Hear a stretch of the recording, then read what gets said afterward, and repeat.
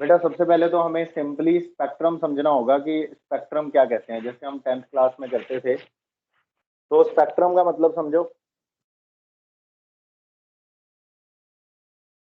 मान लो ये हमारे पास प्रिज्म है। इस प्रिज्म से यहां से हमने व्हाइट लाइट पास की। नोट साथ साथ में लिखते रहना, बनाते रहना। व्हाइट लाइट हमने पास की। ये व्हाइट लाइट को प्रिज्म क्या कर देगा, डिस्पर्स कर देगा। प्रिज्म का काम होता है लाइट को डिस्पर्स करना। तो in this way light disperse हो जाएगी। और अगर मैं यहाँ पे एक स्क्रीन लगा दूं, यहाँ पे एक स्क्रीन लगा दूं, तो स्क्रीन के ऊपर मुझे एक पैटर्न नजर आएगा। क्योंकि व्हाइट लाइट है तो ये पैटर्न विजिबल होगा।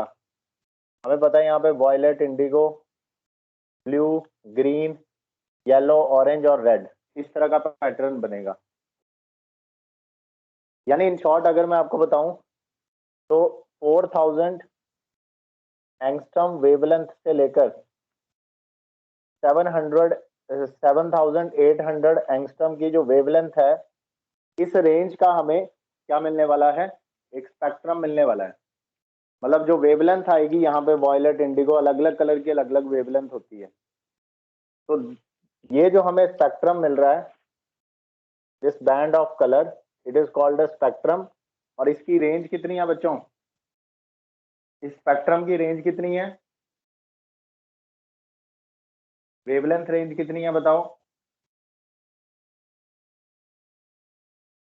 लिख दिया मैंने, कोई एक स्टूडेंट बताओ इसकी वेवलेंथ रेंज कितनी है। 400 angstrom to 7800 angstrom. 4000 to 7800 angstrom. अब ऐसा नहीं है कि यहाँ पर एक फिक्स वेवलेंथ की हमें स्पेक्ट्रम मिल रहा है। देखो 4000 से लेकर 7800 के बीच में इनफाइनाइट वेवलेंथ है। मतलब 4001, 4002, 4002.2 and so on. We have so many wavelength. तो बेटा यहाँ पर ये जो स्पेक्ट्रम है, दिस स्पेक्ट्रम कंटेन्स, लिख लेना ये, this spectrum contains infinite wavelength. This spectrum contains infinite wavelength. कोई पर्टिकुलर वेवलेंथ तो नहीं मिल रही, बहुत सारी वेवलेंथ मिल रही हैं।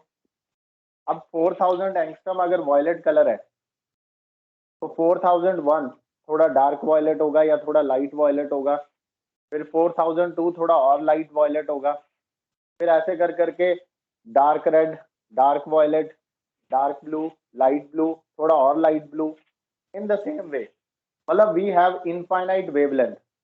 हर कलर एक दूसरे कलर से, हर वेवलेंथ का कलर दूसरी वेवलेंथ से डिफरेंट है किसी ना किसी वे से। तो बेटा this spectrum contains infinite wavelength and such spectrum is called continuous spectrum. ऐसे स्पेक्ट्रम को कॉन्टिन्यूस स्पेक्ट्रम मिलते हैं, बोलते हैं। कॉन्टिन्यूस स्पेक्ट्रम इसलिए कह रहे हैं क्योंकि जो वेवलेंथ हमें मिल रही है वो कॉन्टिन्यूटी में मिल रही है। ऐसा नहीं है कि कोई पर्टिकुलर वेवलेंथ है ही नहीं बीच में। 4000 से लेके 7800 जो इसकी रेंज है स्पेक्ट्रम की, इस रेंज में जितनी भी वेवलेंथ आती है, डेसिमल्स में, एग्जैक्टली इंटीग्रल फॉर्म में है, सारी वेवलेंथ हमें मिल रही है। तो such spectrum is called continuous spectrum. But ये ध्यान रखना है कि ये एटॉमिक स्पेक्ट्रम नहीं है। But it is not atomic spectrum, but it is not atomic spectrum. Atomic spectrum कुछ अलग चीज है, but it is not atomic spectrum, वो अलग चीज है। तो ये आपने बना लेना है। मैं तो सिर्फ स्पेक्ट्रम बता रहा हूँ अभी। इसमें भी आपको ये समझाया कि कॉन्टिन्यूस स्पेक्ट्रम जैसे हम छोटी क्लासेस में करते ही हैं, वो समझाया। एटॉमिक स्पेक्ट्रम हमारे पास दो तरह के हैं। लास्ट टाइम मैंने थोड़ा सा बेसिक समझा दिया था, बट एक तरह से मैं शुरू से ही शुरू कर रहा हूँ। बेटा एटॉमिक स्पेक्ट्रम को हम दो कैटेगरीज में डिवाइड करते हैं। एक है एमिशन स्पेक्ट्रम और दूसरा है एब्जॉर्प्शन स्पेक्ट्रम। वैसे हमने ज्यादातर एमिशन स्पेक्ट्रम को पढ़ना है, मेन एमिशन स्पेक्ट्रम पढ़ना है, तो ये हमारे लिए मेन है। यहां तक नोट करो स्टूडेंट्स, फिर हम लोग स्टार्ट करेंगे एमिशन स्पेक्ट्रम।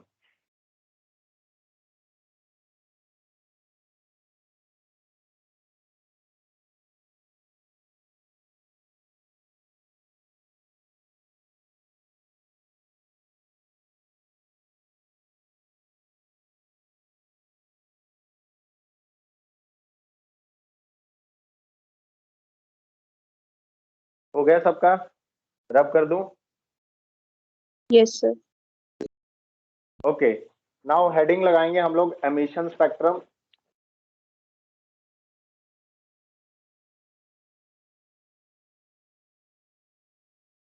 जो हमारे एटॉमिक स्पेक्ट्रम होते हैं वो कॉन्टिन्यूस नहीं होते। जो एटॉमिक स्पेक्ट्रम होता है वो कॉन्टिन्यूस स्पेक्ट्रम नहीं होता, वो डिस्क्रीट स्पेक्ट्रम होता है। मतलब उसमें सारी वेवलेंथ नहीं आती हैं। It it does not contain infinite wavelength, जिसकी में हम बात कर रहे हैं कॉन्टिन्यूस स्पेक्ट्रम की, सॉरी एटॉमिक स्पेक्ट्रम की। It does not contain infinite wavelength, उसमें बहुत सारी वेवलेंथ नहीं होती, कुछ पर्टिकुलर वेवलेंथ ही होती हैं। तो बेटा अभी अपना स्टार्ट हो गया है एमिशन स्पेक्ट्रम। जो एमिशन स्पेक्ट्रम हम लोग करेंगे वो डिस्क्रीट टाइप का स्पेक्ट्रम होता है, मतलब कॉन्टिन्यूस का अपोजिट। इसमें सभी वेवलेंथ नहीं होती, डिस्क्रीट कह लो या फिर you can say that line spectrum बोल सकते हैं। अब इसको डिस्क्रीट इसलिए कहते हैं, discrete because it does not contain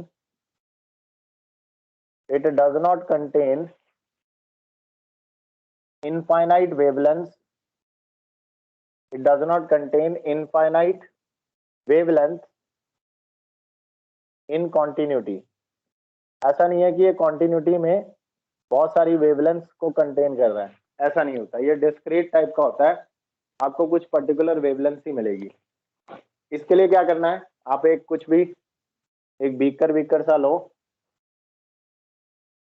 जिसमें आपने एटॉमिक गैस लिया कोई, जैसे हाइड्रोजन या हीलियम वगैरह। तो इसके अंदर हमने लिए एक एटॉमिक गैस। इस एटॉमिक गैस के कुछ मॉलिक्यूल्स होंगे, जब हम इस एटॉमिक गैस को हीट करेंगे तो atomic gas which is heated with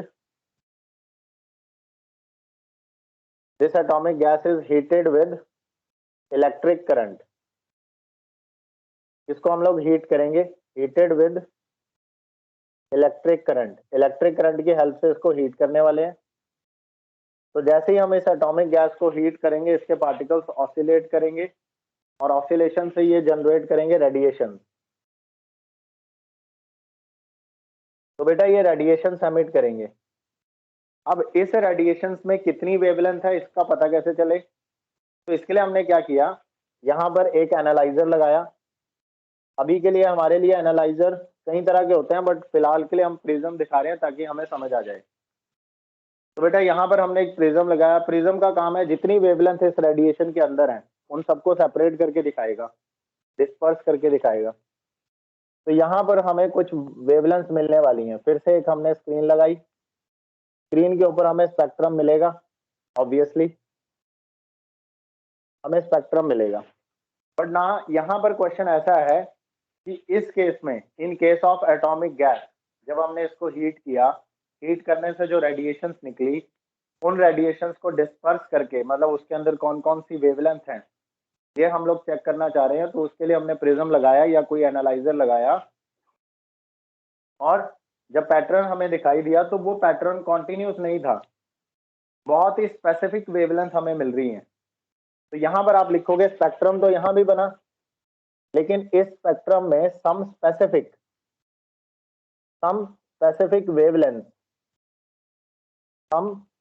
wavelength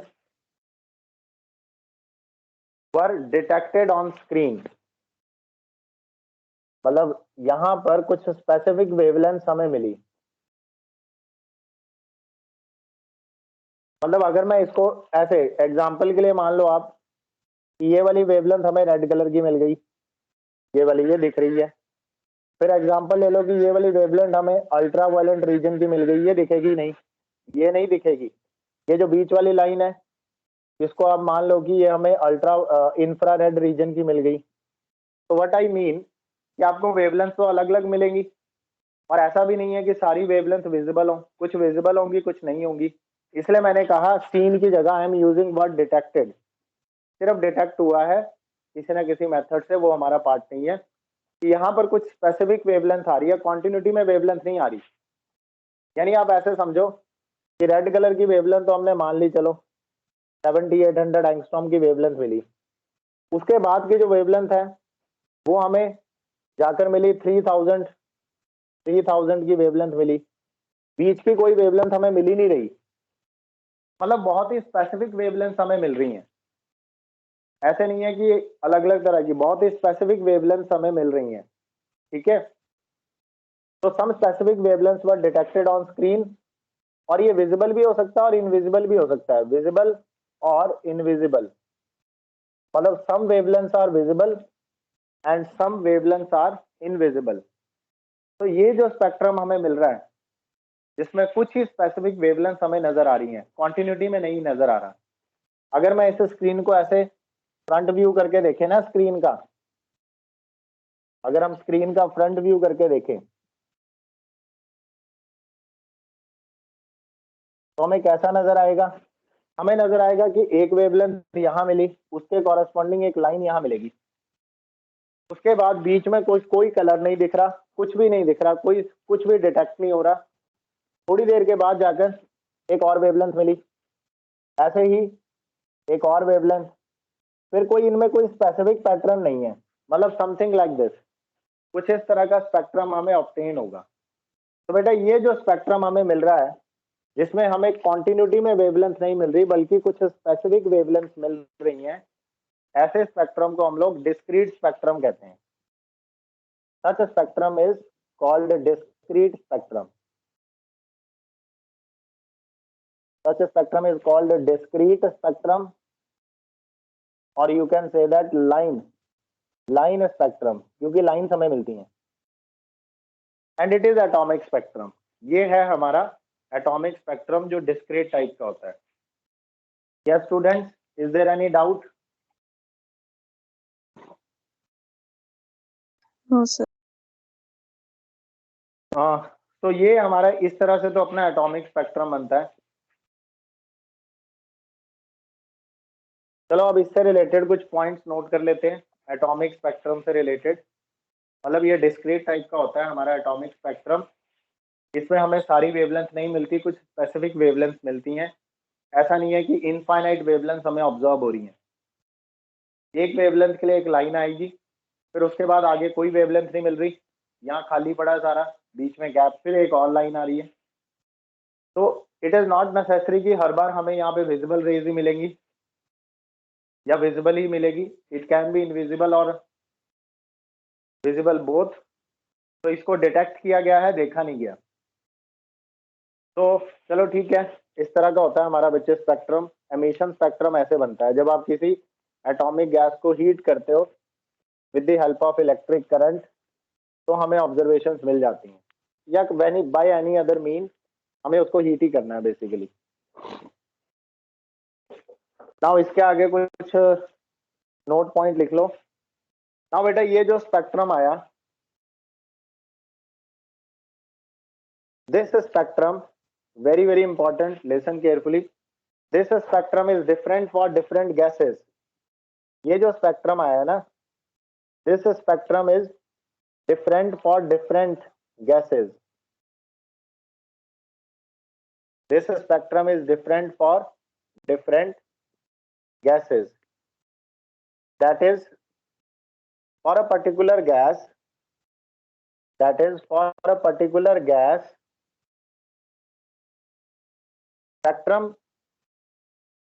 spectrum obtained. ये जो यहाँ स्पेक्ट्रम मिला एक पर्टिकुलर गैस के लिए, स्पेक्ट्रम ऑब्टेन्ड इज यूनिक। ऐसा नहीं है कि किसी और गैस के लिए भी इसके जैसा सिमिलर पैटर्न मिलेगा, नहीं नहीं, हर गैस के लिए, हर एटम के लिए, हर एलिमेंट के लिए अलग अलग स्पेक्ट्रम मिलेगा, बड़ा ही यूनिक रहता है। तो यही रीजन है कि स्पेक्ट्रम को गैस का फिंगरप्रिंट भी कहा जाता है, इसलिए हम लोग कहते हैं कि it is one of the characteristic property, तो that is why it is also called fingerprint. आप इसे फिंगरप्रिंट की तरह ले सकते हैं। जैसे किसी दो पर्सन्स की फिंगरप्रिंट कभी मैच नहीं करती, इन द सिमिलर वे किसी भी गैस का स्पेक्ट्रम किसी दूसरे गैस की स्पेक्ट्रम के साथ कभी मैच नहीं करेगा। It is completely different. ठीक है बच्चे, सबको समझ आ रहा है क्या कह रहा हूँ? Yes sir. Yes, sir. तो मैं एक डिक्टेट करवा रहा हूँ लाइन, इस नोट पॉइंट के आगे एक लाइन अपनी कंटिन्यू करो, लिखो। It means that every element is, इसके आगे लिखना है, it means that every element is associated with a, every element is associated with a characteristic spectrum, every element is associated with a characteristic spectrum, characteristic spectrum मतलब उसकी पहचान है वो basically हर एक एलिमेंट की। every element is associated with a characteristic spectrum of radiation and characteristic spectrum of radiation, and it is like fingerprint, and it is like fingerprint of that material, and it is like fingerprint of that material or identity of that material.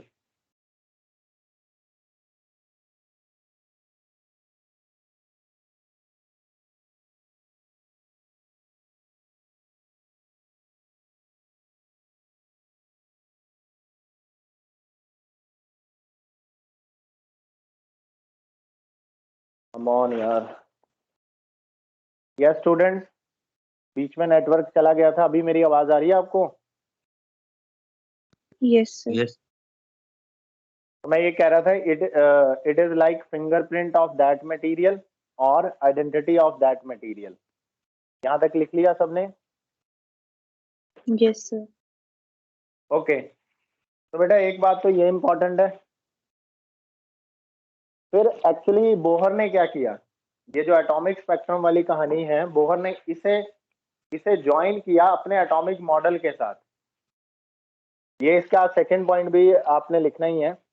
ये जो atomic spectrum का जो concept है, इसको Bohr ने connect किया with his atomic model, मतलब इसकी एक्सप्लेनेशन दी उसने बोहर ने, और यही रीजन है कि बोहर को नोबेल प्राइज मिला था इसी वर्क के लिए, इसी काम के लिए उसको नोबेल प्राइज मिला है, क्योंकि ये बड़ी इंपॉर्टेंट प्रॉपर्टी है एटॉमिक स्पेक्ट्रम एक एलिमेंट की, ये आइडेंटिटी है एलिमेंट की। सुनाओ बेटा, अगला जो पॉइंट लिखोगे नोट में, पॉइंट नंबर 2, उसमें आप लिखोगे this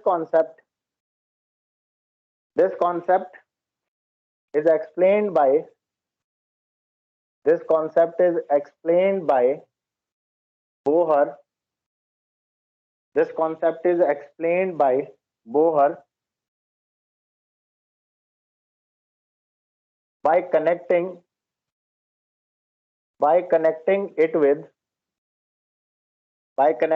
it with his atomic model, and he was awarded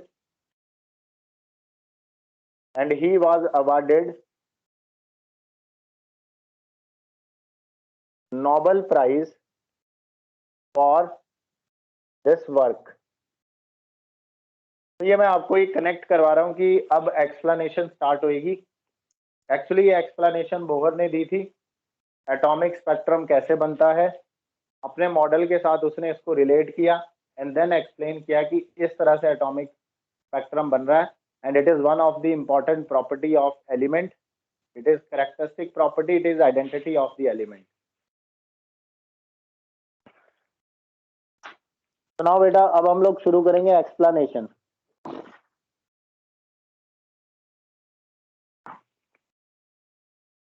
यहाँ तक हो गया होगा सबका? अब हमने हेडिंग लगानी है एक्सप्लेनेशन फॉर एमिशन स्पेक्ट्रम और डिस्क्रीट स्पेक्ट्रम।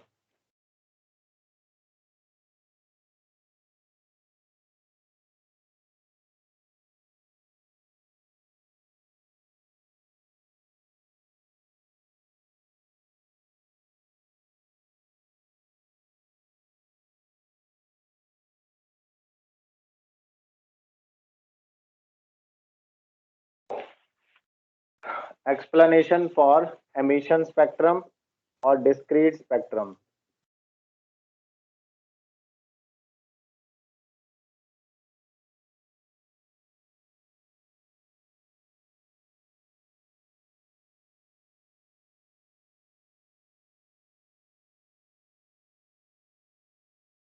नाउ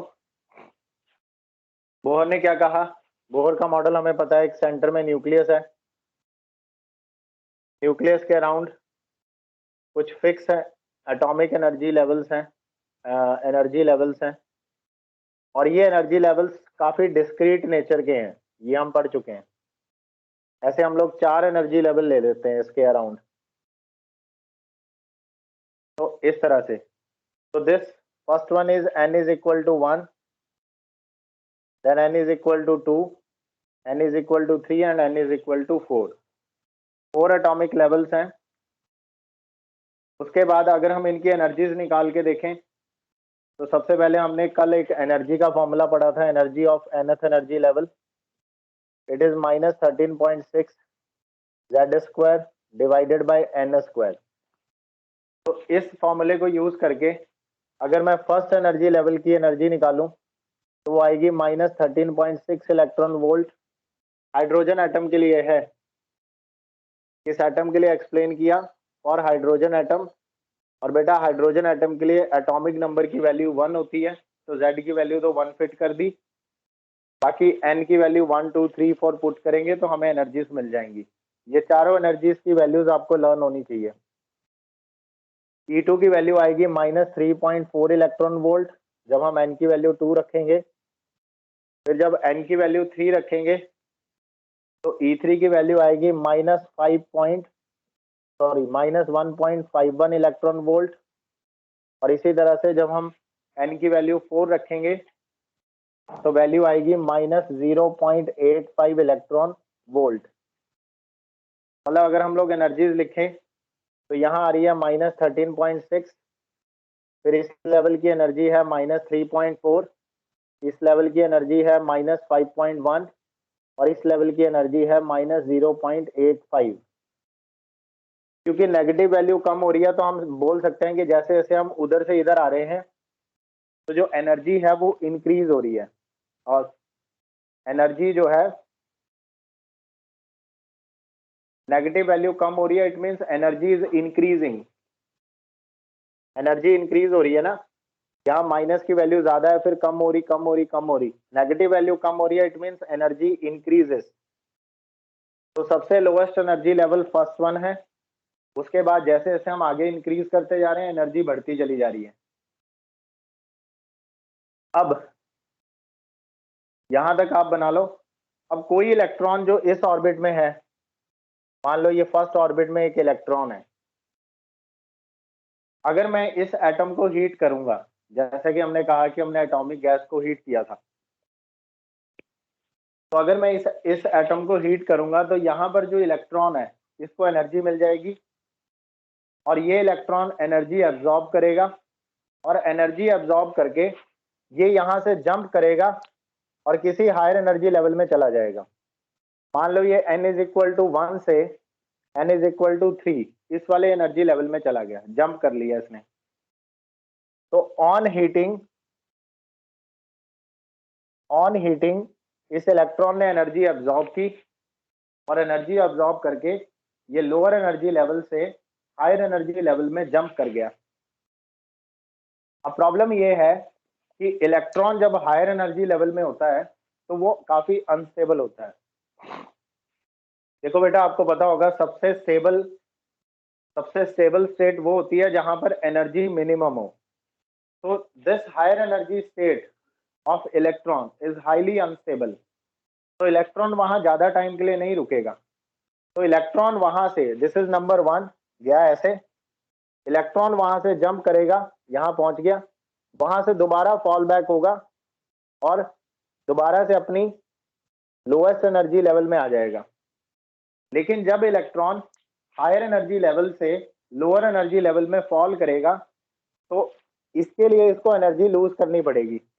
बोहर का थर्ड पोस्टुलेट, जब भी कोई इलेक्ट्रॉन ट्रांजिशन करता है हायर एनर्जी लेवल से लोअर एनर्जी लेवल में, जब भी कोई इलेक्ट्रॉन ट्रांजिशन करता है हायर एनर्जी लेवल से लोअर एनर्जी लेवल में, तो वो इलेक्ट्रॉन एनर्जी लूज करता है इन द फॉर्म ऑफ रेडिएशन। तो बेटा ये यहां से एक रेडिएशन एमिट करेगा, मतलब एक फोटोन एमिट करेगा। बेसिकली आप ये भी कह सकते हो कि एक इलेक्ट्रोमैग्नेटिक वेव एमिट करेगा। तो ये जो एनर्जी एमिट कर रहा है it is in the form of photon, और फोटोन की एनर्जी का फॉर्मूला मैंने आपको निकाला है। बेटा इस फोटोन की जो एनर्जी है that is equal to difference in the energy of level. मतलब फर्स्ट एनर्जी लेवल, ये जो जहां से इस वाले एनर्जी लेवल की एनर्जी है -1.51, और जिस लेवल में आकर इलेक्ट्रॉन गिरा है उसकी एनर्जी है -13.6। तो इनका जो डिफरेंस है, इन एनर्जीज का जो डिफरेंस है उतनी एनर्जी का फोटोन यहाँ एमिट होगा। इज इट क्लियर स्टूडेंट्स यहाँ तक? यस और नो? Yes. तो आप ऐसा करो, पहले इसको नोट कर लो, देन मैं इसको रब करके जो जो इंपॉर्टेंट पॉइंट्स हैं वो मैं लिख देता हूँ एक्सप्लेनेशन में। ये फिगर बना लो पहले।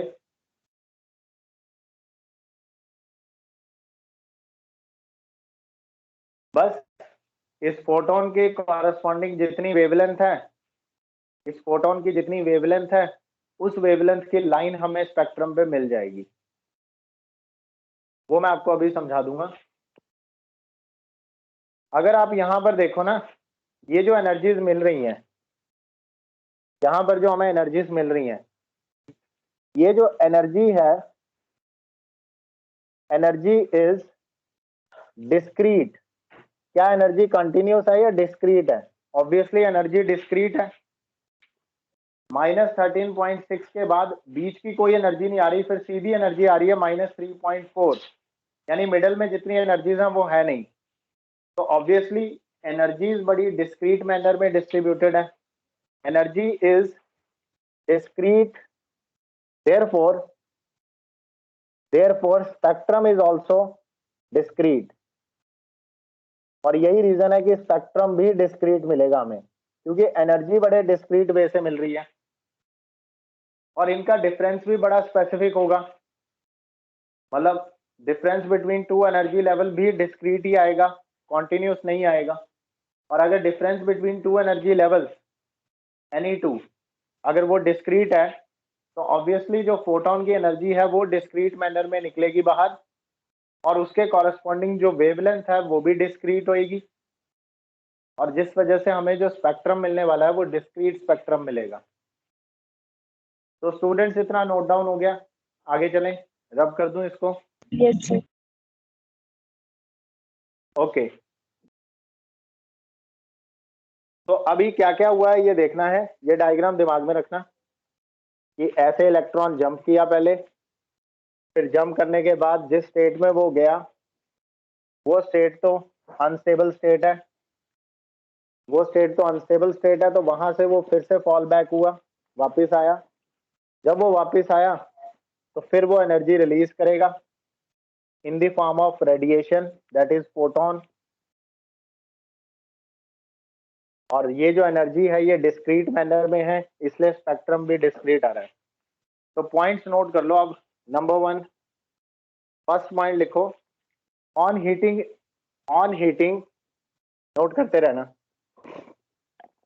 On heating electron absorbs energy, on heating electron absorbs energy and jumps to high energy level, और जंप करके हाई एनर्जी लेवल में चला जाएगा। Second point is electron is very unstable. Higher energy state में वो बहुत अनस्टेबल है। Electron is very unstable in higher energy level, in excited state कहते हैं इसको। एक्साइटेड स्टेट में इलेक्ट्रॉन काफी अनस्टेबल होता है। एक्साइटेड स्टेट यानी हायर एनर्जी लेवल में वो काफी ज्यादा अनस्टेबल है।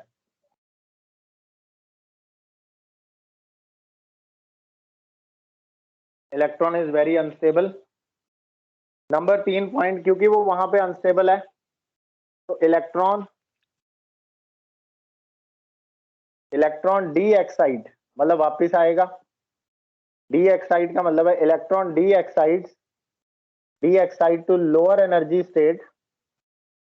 जिस स्टेट से वो गया था उससे लोअर वाली एनर्जी स्टेट में आ जाएगा, या रास्ते में अगर कोई और एनर्जी स्टेट है उसमें भी जा सकता है वो, बस उसको अपनी एनर्जी कम करनी है।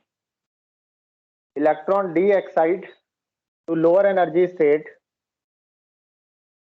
डी एक्साइड करेगा एंड एमिट एनर्जी, और इस प्रोसेस में वो एनर्जी एमिट करेगा and emit energy in the form of radiation, emit energy in the form of radiation, or you can say that in the form of photon।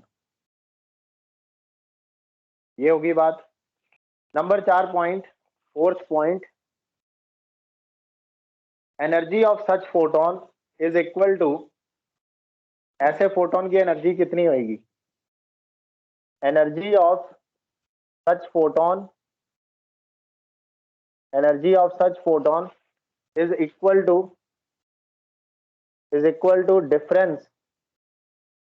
Difference in energy levels, different in energies of orbits, difference in energies of orbits जो transition में involve हो रहे हैं, orbits involve in transition,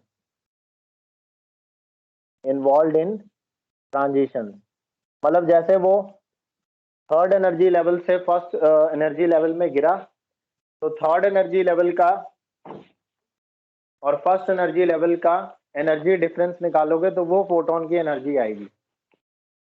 तो बेटा photon की energy जो आएगी, energy of photon, it is equal to, मान लो एक एनर्जी लेवल जो हाईएस्ट लेवल में है, that is you can say that कौन से एनर्जी लेवल में गया था, वो थर्ड में गया या सेकंड में गया, डिपेंड करेगा। तो इसको हम लोग बोलेंगे En2 माइनस En1। अब यहाँ पे N2 और N1 क्या है? N2 और N1 जो है, N1 लोअर एनर्जी लेवल है, N1 is lower energy level. For example जो हमने डायग्राम बनाया है उसमें N1 की वैल्यू 1 है, जो हमने डायग्राम बनाया उसमें फर्स्ट एनर्जी लेवल में था हमारा इलेक्ट्रॉन, और N2 जो है वो हायर एनर्जी लेवल है, वो हायर एनर्जी लेवल है जो N2 है। फॉर एग्जाम्पल जो हमने डायग्राम बनाया था उसमें हमारे N2 की वैल्यू 3 है, वो थर्ड एनर्जी लेवल में गया था। नाउ ये डिफरेंस इन दोनों लेवल्स का जो एनर्जी डिफरेंस है, that is equal to energy of photon. Now बेटा फोटोन की एनर्जी, एक फोटोन की एनर्जी होती है h इंटू न्यू, न्यू होती है frequency, which is equal to En2 minus En1, और न्यू को हम लोग लिख सकते हैं c बाय लैम्डा। न्यू का फॉर्मूला होता है c by lambda, frequency is equal to speed divided by wavelength. Nu होता है c by lambda, frequency is equal to speed divided by wavelength. तो c बाय लैम्डा इसको लिख सकते हैं is equal to En2 minus En1। अब इसकी value और इसकी वैल्यू बड़ी डिस्क्रीट वैल्यूज हैं, h कांस्टेंट है, c कांस्टेंट है, सिर्फ लैम्डा है एक ऐसी चीज, ये लैम्डा एक ऐसी चीज है जो वेरिएबल है। नाउ बेटा क्योंकि h कांस्टेंट है, c कांस्टेंट है, ऊपर से ये जो एनर्जीज हैं ये बड़ी डिस्क्रीट एनर्जीज हैं, इसकी एक फिक्स एनर्जी होगी, इसकी एक फिक्स एनर्जी होगी, तो ऑब्वियसली जो लैम्डा की वैल्यू निकलेगी वो भी फिक्स होगी, यहाँ पर जो लैम्डा निकलेगा वो भी डिस्क्रीट होगी। तो यहाँ पर इसके आगे आप लिखोगे, यहाँ पर इसके आगे एक ऐसे सर्कल सा बना के और इसके आगे एक सर्कल सा बना के आप लिख सकते हो कि ये जो वैल्यूज हैं, यहाँ पर आप लिख सकते हो these values are quantized, discreteness को क्वांटाइजेशन कहते हैं। दीज वैल्यूज आर क्वांटाइज्ड, यहां लिख लेना। किसकी बात कर रहा हूं? एनर्जीज की बात कर रहा हूं। These values are quantized. Quantized का मतलब है दैट इज बड़ी ही स्पेसिफिक फिक्स्ड डिस्क्रीट वैल्यूज आएंगी। स्पेसिफिक फिक्स्ड डिस्क्रीट वैल्यूज, मतलब ये जो वैल्यूज हैं these are specific fixed discrete values. Therefore जो लैम्डा निकल के आएगा, अगर ये डिस्क्रीट है तो यहां से लैम्डा कैलकुलेट करेंगे। तो therefore lambda will have certain specific values. Lambda will have certain specific values. Lambda will have certain specific values. So therefore line spectrum is obtained. क्योंकि specific values मिल रही हैं wavelength की, इसलिए हमें line spectrum मिल रहा है। line spectrum is obtained. तो बेटा इसकी explanation देखो, बोहर ने अपने मॉडल के बेसिस पर इसको एक्सप्लेन किया कि लैम्डा की वैल्यू बड़ी स्पेसिफिक है। क्यों है स्पेसिफिक? क्योंकि एनर्जी लेवल्स भी स्पेसिफिक हैं, इसलिए लाइन स्पेक्ट्रम आ रहा है। तो इसी एक्सप्लेनेशन के लिए उसे नोबेल प्राइज मिला था। यस स्टूडेंट्स, एनी डाउट जो मैंने अभी पढ़ाया? No sir. ओके, अभी भी ये थोड़ा सा रह रहा है हमारा, कंप्लीट नहीं हुआ, बट एक्सप्लेनेशन हो गई है। एक क्वेश्चन लिखो, फाइंड द एनर्जी। क्वेश्चन लिखो, find the energy and wavelength. Find the energy and wavelength of a photon. Find the energy and wavelength of a photon emitted when an electron in hydrogen atom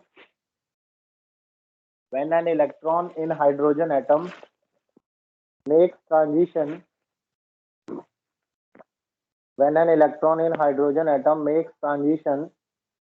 from n is equal to 3 to n is equal to 1, from n is equal to 3 to n is equal to 1।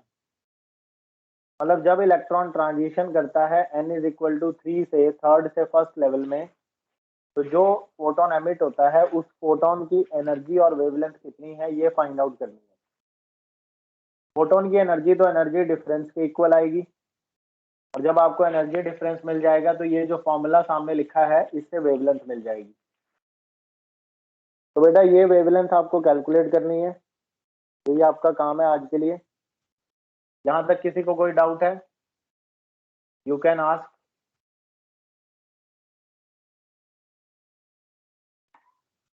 Spectrum समझ में आ रहा है बच्चों? देखो एक होता है continuous spectrum, लेकिन कॉन्टिन्यूस स्पेक्ट्रम एटॉमिक स्पेक्ट्रम नहीं है। जो एटॉमिक स्पेक्ट्रम है वो डिस्क्रीट होता है, और उसमें भी हम लोग जैसे एटॉमिक स्पेक्ट्रम दो तरह के होते हैं, एमिशन और एब्जॉर्प्शन, दोनों ही डिस्क्रीट होते हैं।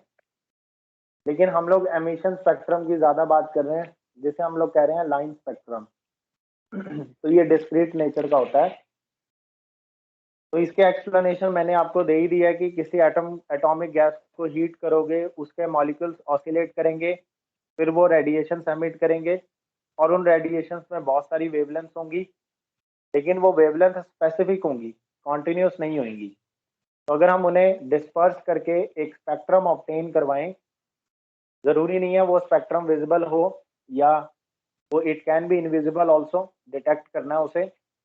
तो उस स्पेक्ट्रम में हमें कुछ लाइंस नजर आएंगी। बेसिकली वो लाइंस जो हैं that is corresponding to energy of photon, और you can say that wavelength of photon, बहुत स्पेसिफिक मिलेंगी आपको।